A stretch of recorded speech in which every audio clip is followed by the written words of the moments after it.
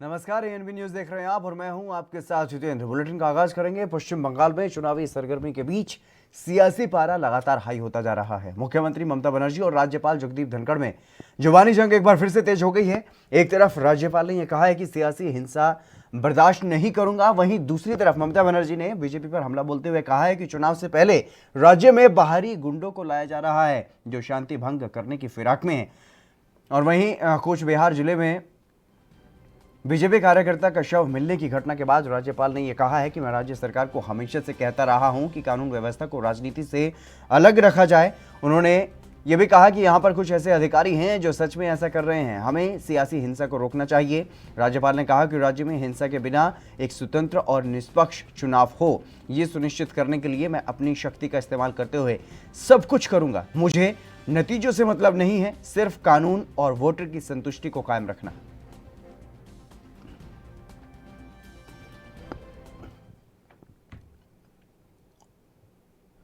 हिमाचल में सांसद अनुराग ठाकुर और सीएम जयराम ठाकुर की अंदरूनी लड़ाई पर कांग्रेस विधायक ने चुटकी ली है। कांग्रेस प्रदेश उपाध्यक्ष और विधायक राजेंद्र राणा ने कहा है, हिमाचल में बीजेपी कई धड़ों में बढ़ चुकी है। इससे पहले भी सरकार खुले मंचों में कई धड़ों में बढ़ती हुई नजर आई और कांगड़ा के प्रागपुर दौरे से मंच पर सांसद अनुराग ठाकुर और सीएम जयराम ठाकुर का आपसी विरोधाभास अब खुलकर के सामने आ रहा है। राणा ने कहा है कि केंद्रीय विश्वविद्यालय के भूमि स्थानांतरण मुद्दे पर सांसद अनुराग ठाकुर ने अपनी ही बीजेपी सरकार को निशाने पर लिया है। वहीं सीएम जयराम ठाकुर ने भी इशारों में सांसद अनुराग ठाकुर को जवाब दिया है। उन्होंने कहा है कि यह दर्शाता है कि बीजेपी के अंदर कुछ भी ठीक नहीं है। पूछा है कि हिमाचल प्रदेश सरकार जो है आज पूरी तरह कई धड़ों में बढ़ चुकी है और इससे पहले ज्वाला जी में जो एक ज्वाला फूटी है, चिंगारी चली है ज्वाला जी से, आप देखिए कि इससे पहले कई जगह सरकार जो है वो धड़ों में बढ़ती हुई जो है वो नज़र आई है। परंतु कल जिस तरीके से जसमा प्रागपुर चुनाव क्षेत्र के अंतर्गत जो है जो वहाँ पर जो कार्यक्रम शिलान्यास उद्घाटन हुए और जनसभा में मुख्यमंत्री के समक्ष जो है यहाँ के जो लोकल सांसद हैं उन्होंने अपनी भड़ास निकाली है और मुख्यमंत्री और सरकार को जो है काम ना करने की उन्होंने बात कही है कि सरकार इसमें कोऑपरेट नहीं कर रही है, सरकार ज़मीन को जो है स्थानांतरण नहीं कर रही है। इस तरह तरीके से मुख्यमंत्री और सांसद जो राज्य मंत्री भी हैं केंद्र में, उनमें जो नोक झोंक हुई है, इससे लगता है कि ये लोग जो हैं, ये सरकार जो है आपसी लड़ाई में उलझी है और प्रदेश का विकास पूरी तरह जो है थम गया है और लोग परेशान हैं। और मुझे लगता है कि आने वाले समय में इस सरकार को रुखसत करने के लिए प्रदेश की जनता इंतजार कर रही है। अभी पंचायतों के चुनाव हैं, पंचायतों में भी इनको जो है वो सबक सिखाएगी प्रदेश की जनता और आने वाला विधानसभा का जो चुनाव 2022 में होगा उसमें भी इस सरकार की जो जिस तरीके से कारगुजारी है, आपसी खींचातान है, एक दूसरे को नीचा दिखाने के जो बार बार जो है सामने जो चीज़ें आ रही हैं, कभी मुख्यमंत्री हाथ मिलाने की कोशिश करते हैं सांसद से तो सांसद हाथ नहीं मिलाते हैं, इस तरीके से कई तरह की। और कल जो बिल्कुल ही मंचों पे जो लड़ाई है इनकी सामने आ गई है, इससे प्रदेश की जनता जो है वो देख भी रही है और प्रदेश का नुकसान भी हो रहा है और एक दूसरे को नीचे लगाने के लिए लोग जो काम कर रहे हैं, इससे प्रदेश का भारी नुकसान जो है वो हो रहा है। और मुझे लगता है कि प्रदेश की जनता को यह बात समझनी चाहिए। उत्तराखंड के कांग्रेस प्रदेश उपाध्यक्ष ज्योत सिंह बिष्ट ने बीजेपी सरकार पर जमकर हमला बोला है। उन्होंने उत्तर प्रदेश की परिसंपत्तियों का मामला हल न होने को दुर्भाग्यपूर्ण बताया है। उन्होंने कहा है कि यूपी के सीएम उत्तराखंड आए थे, फिर भी परिसंपत्तियों पर बात नहीं की गई। ज्योत सिंह बिष्ट ने उत्तराखंड के सीएम रावत और यूपी के सीएम योगी आदित्यनाथ पर कई सवाल उठाए हैं। उन्होंने कहा है कि यूपी और उत्तराखंड की परिसंपत्तियों का मामला काफी समय से लंबित है, ऐसे में उत्तर प्रदेश और उत्तराखंड की परिसंपत्तियों का मामला बड़े आराम से सुलझाया जा सकता था। उन्होंने कहा है कि 4 साल में उत्तराखंड और उत्तर प्रदेश में बीजेपी की सरकार ने विकास के नाम पर कुछ नहीं किया है, मात्र जनता को गुमराह करने का काम किया जा रहा है।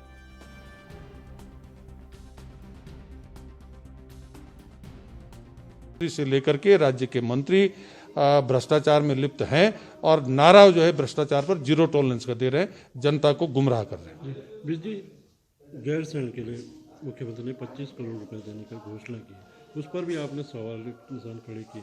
सर क्या कहना चाहेंगे कि जब यहाँ वित्तीय स्थिति ठीक नहीं है तो पैसा आएगा? देखिए, आप जानते हैं कोरोना के बाद जिस तरह से सरकार लगातार कर्ज लेकर के राज्य के कर्मचारियों का वेतन दे रही है, राज्य में हरियाणा के सिरसा में आबकारी विभाग ने L1 और L13 को लेकर के जुर्माना लगाया है। दरअसल लॉकडाउन के दौरान विभाग को सिरसा में 4 फर्मों में शराब का स्टॉक कम होने की शिकायत मिली थी, जिसके बाद सिरसा के तत्कालीन डीसी रमेश चंद्र के नेतृत्व में जांच की गई और जांच रिपोर्ट आबकारी और कराधान विभाग के मुख्यालय को भेजी गई, जिसके बाद 2 फर्मों के खिलाफ कार्रवाई की गई है और ये दोनों firm Satish Kumar and company की बताई जा रही हैं। सिरसा के आबकारी और कराधान विभाग के अधिकारी जितेंद्र राघव ने जानकारी देते हुए कहा है कि दोनों फर्मों पर 1 करोड़ 79 लाख का जुर्माना किया गया है और फिलहाल मामले की जांच की जा रही है। विभाग के मुताबिक दोनों फर्मों में करीब 13,000 पेटियों का स्टॉक कम पाया गया है। लॉकडाउन के अवधि में डिपार्टमेंट ने L1 और L13 चेक किए थे 4, और वो पूरी रिपोर्ट है डीसी साहब के माध्यम से 6/5/2020 को हेड ऑफिस भेज दी गई थी। हेड ऑफिस ने अब 4 ऑर्डर भेजे हैं, जिसमें से 2 ऑर्डर्स में सतीश कुमार एंड कंपनी को L1 को 1 करोड़ 11 लाख का जुर्माना लगाया है और L13 में 68,43,000 का जुर्माना लगाया, पेनल्टी लगाई गई है। और जो 2 यूनिक वाइन के केस है वो डीटीसी को भेजा है उस पर एक्शन लेने के लिए। तो पीछे रीजन क्या है, जुर्माना क्यों लगाया गया सर? ऑर्डर को देख के तो पता चलेगा कि इस पे जो सतीश कुमार एंड कंपनी में यहाँ पे स्टॉक शॉर्ट था, तो उस शॉर्ट स्टॉक की पेनल्टी लगाई है। कितना स्टॉक था सर? स्टॉक इसमें सतीश L13 में तो लगभग 13,000 पेटियाँ शॉर्ट थी और उसमें डिफरेंस, और इसमें कुछ स्टॉक इसमें भी लगभग 13,000 करीब पेटियाँ शॉर्ट थी L1 में। तो ये सर स्टॉक ये कम लॉकडाउन के दौरान हुआ? ऑर्डर से तो ऐसा ही प्रतीत होता है। ऑर्डर से डिपार्टमेंट क्या एक्शन दे रहा है? कलेक्टर साहब ने पेनल्टी लगा दी और अभी केस उत्तराखंड के सितारगंज कोतवाली पुलिस को बड़ी सफलता हाथ लगी है। हरियाणा से आए 4 कुख्यात अपराधी 14 नवंबर से सितारगंज के एक किराए के मकान में रहकर फरारी काट रहे थे और जिसके बाद पुलिस ने 3 अपराधियों को गिरफ्तार कर लिया है, जबकि एक फरार होने में सफल रहा है। बता दें कि वरिष्ठ पुलिस अधीक्षक उधम सिंह नगर दलीप सिंह कुंवर की तरफ से कार्रवाई की गई थी, जिनमें संदिग्ध व्यक्तियों के सत्यापन में उनके विरुद्ध कार्रवाई किए जाने से संबंधित अभियान चलाया गया।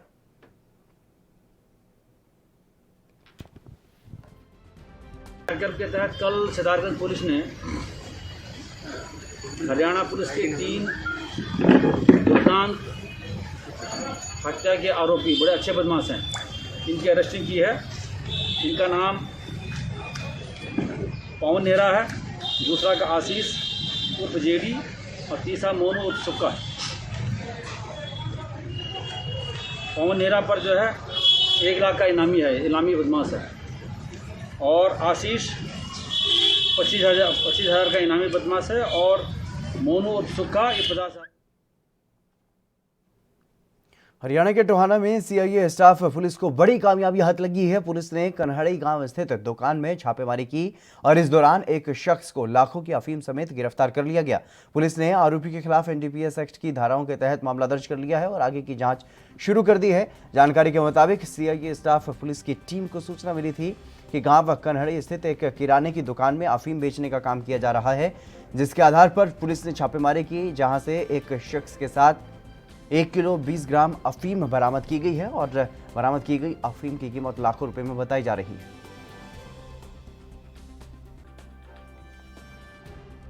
जगदीश नाम का आदमी है जो बालाजी किरियाना के नाम से अपनी दुकान चलाता है।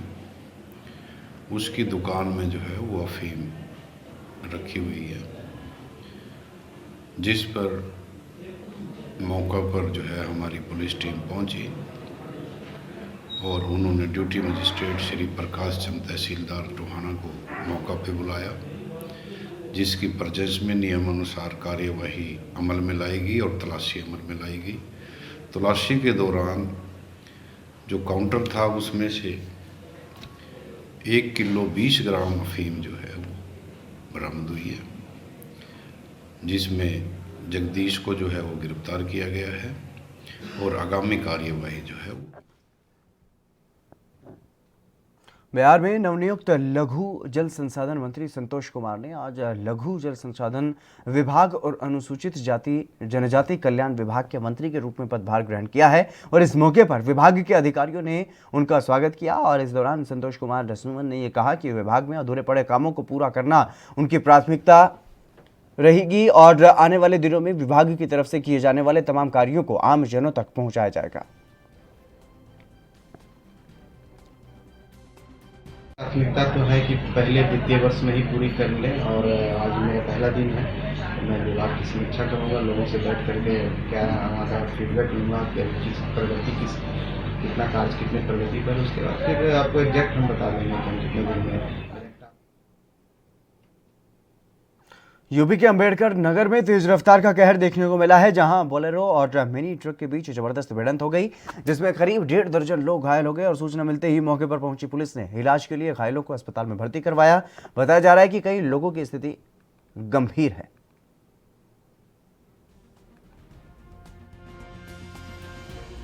क्या हुआ? एक्चुअली ऐसे हुआ था कि हमारी एनएचआई वाली गाड़ी जो थी पेट्रोलिंग गाड़ी, वो जो है आगे का एक्सीडेंट हुआ था 155 पे सुकुल बाजार के पास, वो देखने जा रही थी तो सडन सामने से बस आई और उससे ही एक्सीडेंट हुआ था। कौन घायल हुआ? घायल हमारे ड्राइवर पेट्रोलिंग गाड़ी अनिल कुमार। अच्छा, इसके अलावा और बस में थे, बस चालक थे, क्या नाम है उनका, मोभी कुमार। आपकी टीम में? मध्य प्रदेश सरकार लव जिहाद के खिलाफ कानून लाने की तैयारी कर रही है। हाल ही में प्रदेश के गृह मंत्री नरोत्तम मिश्रा ने इसकी घोषणा की थी और इसके बाद से सियासी बयानबाजी भी तेज हो गई है। लव जिहाद पर कानून लाने को लेकर के मध्य प्रदेश विधानसभा के प्रोटेम स्पीकर रामेश्वर शर्मा ने एक विवादित बयान दिया है। उन्होंने कहा है कि पाकिस्तान और आईएसआई एजेंट सीता को रूबिया में बदलने की साजिश करते हैं और हम कब तक सीता को रूबिया बनने देंगे, कब तक हम सीता को मरने देंगे। मुझे नरगिस और सुनील दत्त की तरह सच्चा प्यार दिखाओ और बताइए कितनी नरगिस ने सुनील दत्त से शादी की।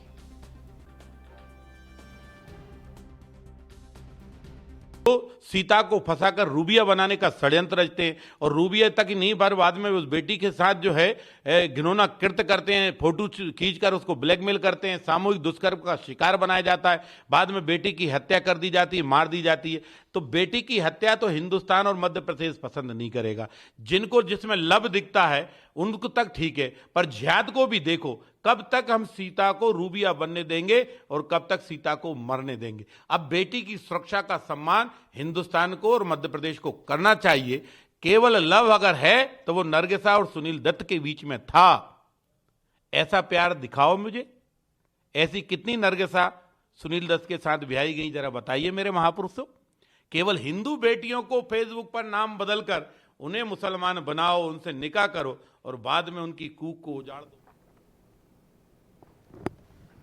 दिल्ली में बढ़ते कोरोना संक्रमण के चलते अब शादियों में सिर्फ 50 मेहमान ही बुलाए जा सकेंगे। पहले दिल्ली सरकार ने यह संख्या 200 तक बढ़ा दी थी। अब जब मामले तेजी से बढ़ रहे हैं तो दिल्ली सरकार ने 200 मेहमानों की जगह 50 मेहमानों को बुलाने का एक प्रस्ताव एलजी को भेजा था, जिस पर उनकी मंजूरी भी अब मिल गई है। इसकी जानकारी मनीष सिसोदिया ने दी है और मनीष सिसोदिया ने यह बताया कि राज्यपाल ने शादियों में 50 लोगों के शामिल होने को मंजूरी दे दी है। ये जरूरी कदम था क्योंकि जितने ज़्यादा लोग एक जगह पर इकट्ठा होंगे उतना ही खतरा बढ़ेगा। लॉकडाउन नहीं लगाया जाएगा, लेकिन लोगों को बड़ी संख्या में इकट्ठा करने से भी रोकना होगा।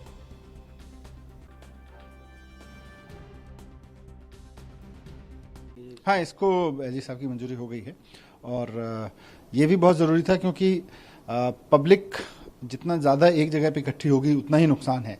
तो बिल्कुल भी लॉकडाउन नहीं करना है, लेकिन पब्लिक को बहुत ज़्यादा इकट्ठा होने से रोकना है। तो उसके लिए जो रेस्ट्रिक्शंस, जो रेगुलेशंस की ज़रूरत पड़ेगी वो समय समय पे सरकार पूरा नज़र रख रही है, मार्केट्स में भी रख रही है, बाकी जगह भी रख रही है। जहाँ से ज़्यादा कोरोना के केसेस आएंगे वहाँ अगर पब्लिक को रेस्ट्रिक्ट करने के लिए कुछ कदम उठाए गए तो ठीक है, उसकी ज़रूरत पड़ेगी तो उठाएंगे, लेकिन कोई लॉकडाउन नहीं।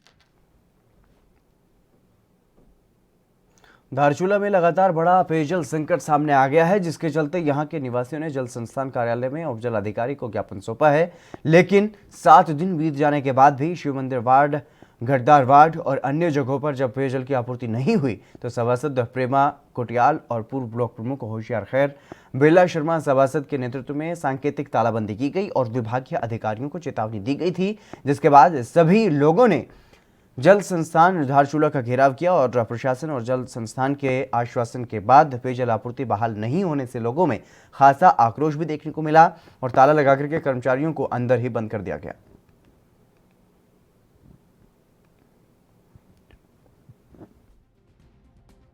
महीने से शिव मंदिर वार्ड की जनता जल संस्थान में लगातार हर प्रत्येक महीने लगातार अपना दुख दर्द लेके जल संस्थान के ऑफिस में आती है, लेकिन दुख की बड़ी बात है कि ये जल संस्थान वाले न शिव मंदिर वार्ड के दुख दर्द को सुन पा रहे हैं और न उनकी समस्या का समाधान करने की वो कोशिश कर रहे हैं।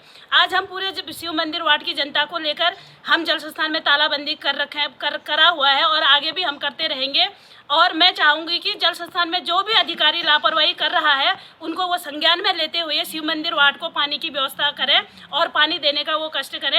अगर ऐसा नहीं होता है तो अभी हम सांकेतिक रूप से हमने जल संस्थान में तालाबंदी किया है और अपना विरोध व्यक्त किया है। अगर वो जल संस्थान वाले शिव मंदिर वार्ड को तुरंत पानी से नहीं जोड़ते हैं, पानी की लाइन शिव मंदिर वार्ड तक नहीं पहुँचाते हैं, तो अगला कदम हमारा तोड़ फोड़ वाला और फिर इनके ऑफिस में जो भी हानि होगी वो उसकी जिम्मेदारी स्वयं जल संस्थान ऑफिस वाले होंगे।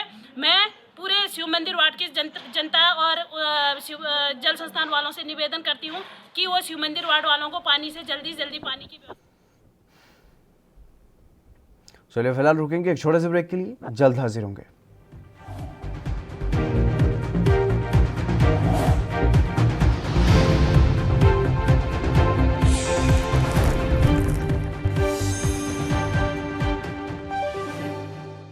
लखनऊ से लेकर चंडीगढ़ तक, मुंबई से लेकर रायपुर तक, क्या है राजनीति की हलचल, क्या है समाज का मिजाज। राजधानी लाइव, हमारी नजर, आपका फैसला, हर रोज सुबह 8 बजे सिर्फ ANP न्यूज पर।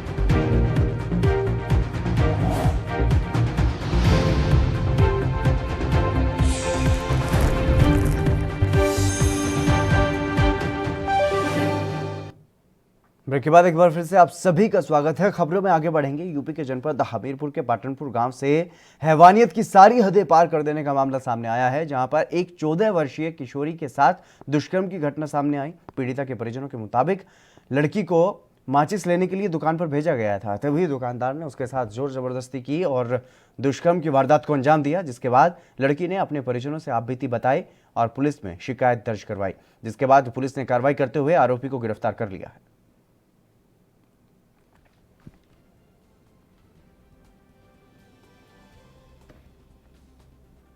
सामान लेने दुकान गई थी शिवहरे के, तो उसने अंदर ले जाके दिमाग बंद किया और उसने ज़बरदस्ती उसके साथ गलत किया और किसी तरह से वो बच्ची को निकाला मार पीट के। वो घर पे आई तो अपने मम्मी से, परिवार वालों से, सब लोगों से बताया, तो हम लोग गए उसके घर। उसके पिताजी राम उतार शिवहरे से कहा, तो वो लोग डंडे वंडे लेके और हमें मारने की धमकी दी। हम गरीब आदमी थे। हम फिर इसके बाद वहाँ थाने गए, वहाँ से FIR करवाया और FIR करवा के वहाँ पुलिस पहुँची, उसको पकड़ के लेके आई शिवपुर शिवहरे को। उसके बाद हम यहाँ चले आए। कल शाम 5 बजे 14 साल की एक अनुसूचित जात की लड़की आई थी दुकान पर माचिस लेने। दुकान पर उसने कहा माचिस निकाल लो, उसी दौरान उसने दुकान का दरवाज़ा बंद कर दिया और उसके साथ बलात्कार किया। लड़की ने अपनी माँ को बताया जाके, तो उसका पिता आ गया, उसकी माँ ने पिता को बताया, फिर सब लोगों ने थाने पे जाके मुकदमा लिखाया गया। इस संबंध में अभियोग पंजीकृत कर लिया गया है। धारा 376 SC/ST एक्ट और पॉक्सो एक्ट का अभियुक्त को गिरफ्तार कर लिया गया। लड़की को मेडिकल के लिए भेजा गया है। मध्य प्रदेश के बालाघाट में मालखेड़ी के जंगल में पुलिस और नक्सलियों के बीच मुठभेड़ हुई। इस दौरान मारी गई नक्सली महिला शारदा का शव 10 दिन बाद दफन कर दिया गया। जानकारी के मुताबिक 6 नवंबर को पुलिस और नक्सलियों के बीच मुठभेड़ हुई थी। इस दौरान खटिया मोर्चा एरिया कमेटी और विस्तार प्लाटून नंबर 2 दलम की नक्सली महिला शारदा मारी गई थी और जिस पर मध्य प्रदेश और छत्तीसगढ़ राज्य की ओर से 8 लाख रुपए का इनाम भी घोषित किया गया था। पुलिस ने 7 नवंबर को शव बरामद किया था। तब से परिजनों का इंतजार किया जा रहा था, लेकिन परिजनों के ना आने की वजह से पुलिस ने 10 दिन बाद शव को दफन कर दिया।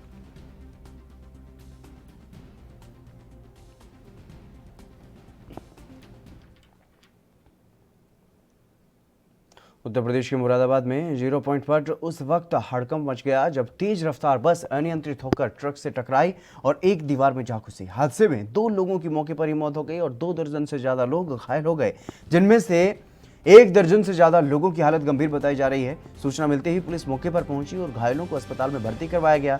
जानकारी के मुताबिक छठ पूजा के लिए यात्री पंजाब से बिहार जा रहे थे और बस चलाते वक्त चालक नशे में था, जिसके चलते हादसा हुआ। फिलहाल पुलिस मामले में आगे की कार्रवाई में जुट गई।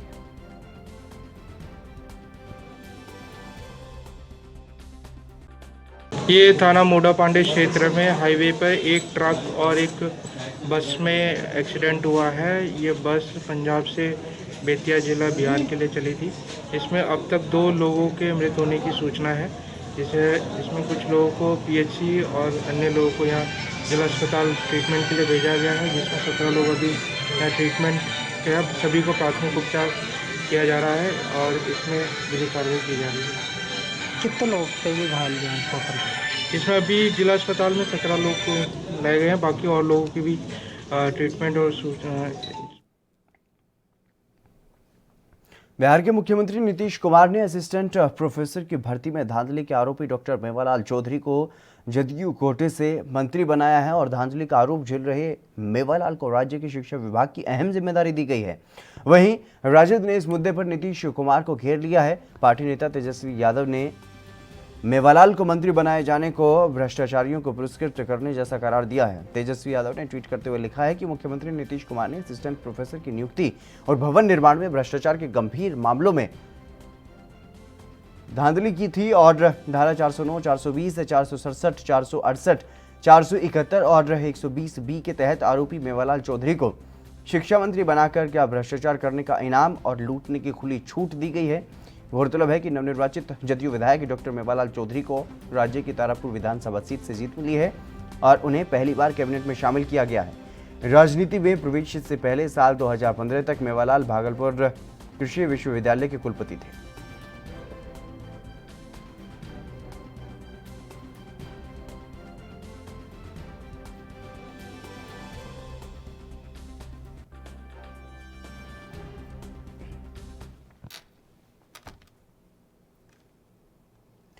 भारत बायोटेक कंपनी देश में कोरोना वैक्सीन बनाने के बेहद करीब है। अब वैक्सीन के तीसरे चरण का ट्रायल शुरू होने वाला है, जिसमें हरियाणा के गृह मंत्री और स्वास्थ्य मंत्री अनिल विज ने बड़ा फैसला लिया है। विज ने खुद पर ट्रायल के लिए इंजेक्शन लगवाने का फैसला किया है। हिंदुस्तान की कंपनी भारत बायोटेक जो कोरोना वायरस की वैक्सीन बना रही है,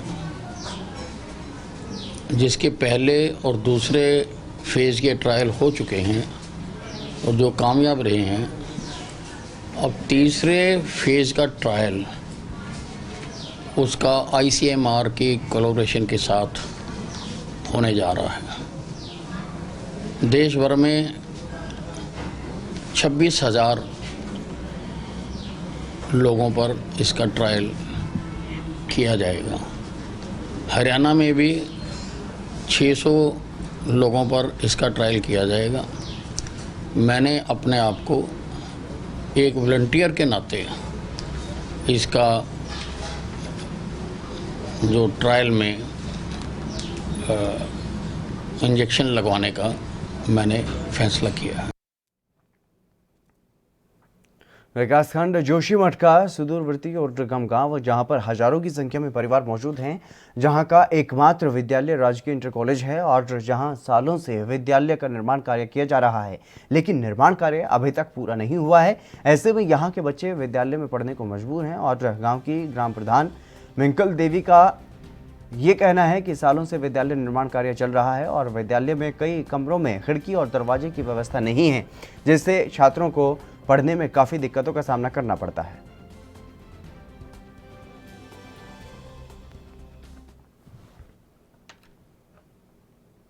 चीन को बेनकाब करने के लिए Indo Tibet border bike rally Hamirpur पहुंची है और तिब्बतियन यूथ कांग्रेस के प्रधान की अगुवाई में बाइक रैली की गई है और बाइक रैली के माध्यम से चीन के उत्पादों के बहिष्कार का आह्वान किया जा रहा है। कोरोना फैलाने के लिए चीन को जिम्मेदार बताया जा रहा है और तिब्बतियों का शोषण बंद किया जाए, ऐसी मांग की जा रही है। बाइक रैली के माध्यम से भारत सरकार से तिब्बत को समर्थन किए जाने की मांग भी की गई।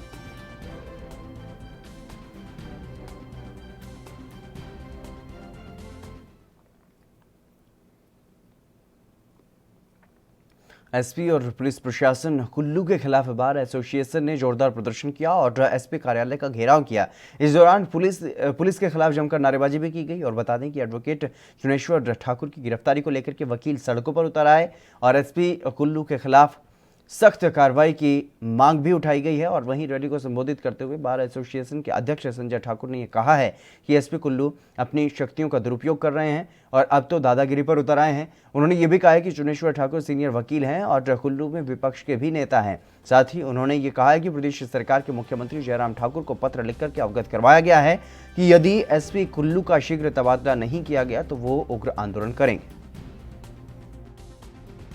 प्रोटेस्ट किया है, ये हमारा प्रोटेस्ट जो हमारे superintendent of police of Kullu हैं इनके अगेंस्ट है, जो इन्होंने झूठे मुकदमे और एक मोहतरमा जो सब इंस्पेक्टर हैं महिला थाना की, उनके अगेंस्ट हमारा ये प्रोटेस्ट है कि उन्होंने हमारे एक सीनियर अधिवक्ता को झूठे मुकदमे में और हरास करके जो है ये पूरी कार्रवाई की है। उसका प्रोटेस्ट हम एसपी महोदय के दफ्तर तक अभी करके आए हैं। हम ये चाहते हैं कि एसपी महोदय इसमें अपोलोजाइज करें और इनका यहाँ से जल्द जो है सरकार इनका तबादला यहाँ से करे। इसके लिए हमने स्टेट वाइज जो है एक कॉल भी की है स्ट्राइक की, कोर्ट में भी हमने पेन डाउन स्ट्राइक का ऐलान किया है जब तक एसपी साहब जो है इसमें यहाँ से ट्रांसफ़र नहीं होते। और हमने अपने हाई कोर्ट को भी ये लिखा है, बार काउंसिल ऑफ इंडिया को भी एक रेजोल्यूशन हम भेज रहे हैं और bar council of Himachal Pradesh और हमारे माननीय जो मुख्यमंत्री हैं उन्हें भी हम इस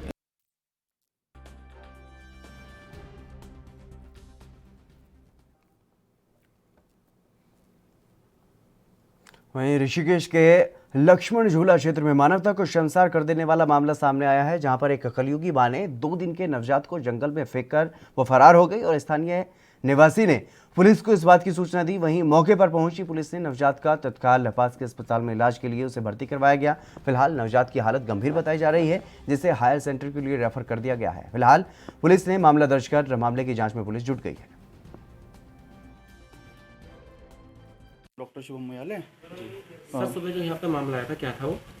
सर पुलिस वाले लेकर आए थे, एक बेबी बॉय था, उसको लेकर आए थे।